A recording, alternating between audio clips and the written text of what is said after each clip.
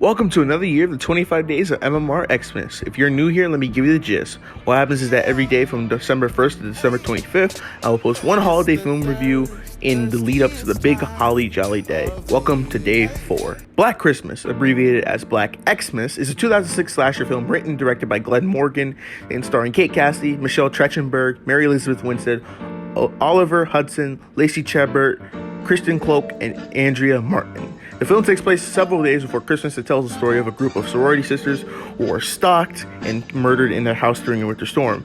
It is a loose remake of the 1974 Canadian film of the same name. So, I never got the opportunity to watch the original 1974 film before I watched the 2006 and 2019 remakes.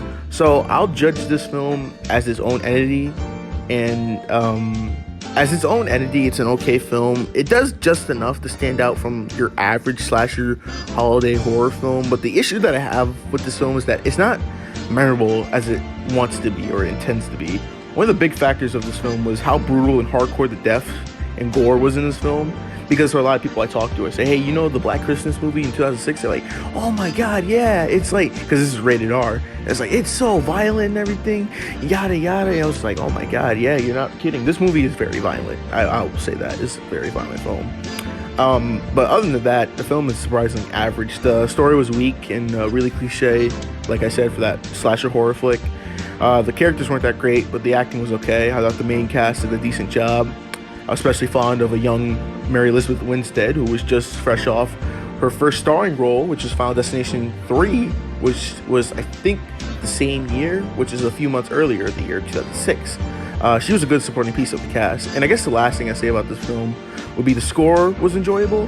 If you didn't know, Shirley Walker, who was one of the few female film composers working in Hollywood at the time, or she was working in Hollywood since like about the 60s or 70s all throughout till 2000s. She did a score for this film, and this was her final score before passing away, and this was a very precise and clean score to listen to. And it's just great that she was able to be one of the few female composers that actually left a mark in Hollywood and be able to continue on with this legacy even after her death. It's just like that she's done some few films. Like, I think she did The Invisible Giant Woman, I believe, if I'm not mistaken.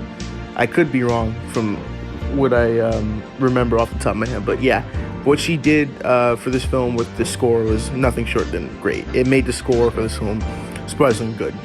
So Black Christmas was released surprisingly on Christmas Day of 2006 on a budget of $9 million. After its run at the box office, it would go on to make $21.5 million. And overall, the 2006 Black Christmas remake is not the worst remake I've seen. It's definitely not the worst out of the 2 Black Christmas remakes we've had. But on its own, it still isn't like a great film, to be honest with you. And I'm giving Black Christmas 2006 a 4 out of 10.